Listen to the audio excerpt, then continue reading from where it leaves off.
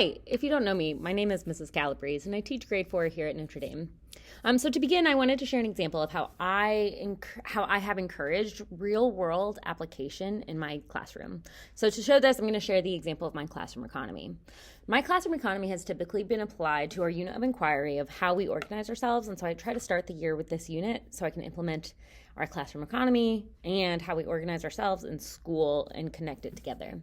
So we can look at this on a couple of different levels. The first is we're looking at it from the point of view of how do countries and how does our society organize itself in terms of job security, what we get paid, how much we're paying our bills, and things that can be on a very manageable level. But then in order to form this economy, I can connect it.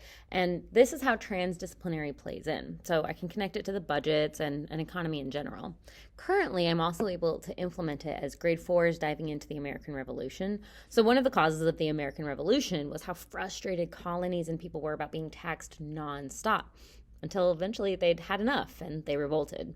So back to how this becomes transdisciplinary in my classroom.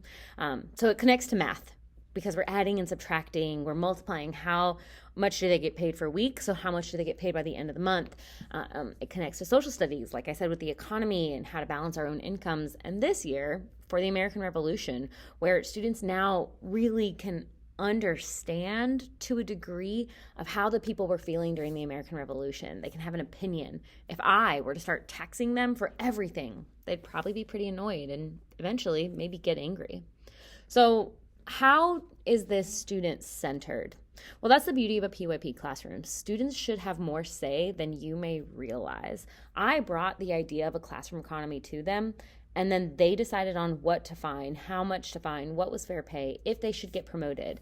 I help them with the details and maybe the initial idea, and then they run with it. And this is the goal for all of our units, that students are shaping their learning. Not only do students help decide on what or how they learn, but their voice should permeate so much more. Their environment is an example. It's definitely a balance, but students should have a say.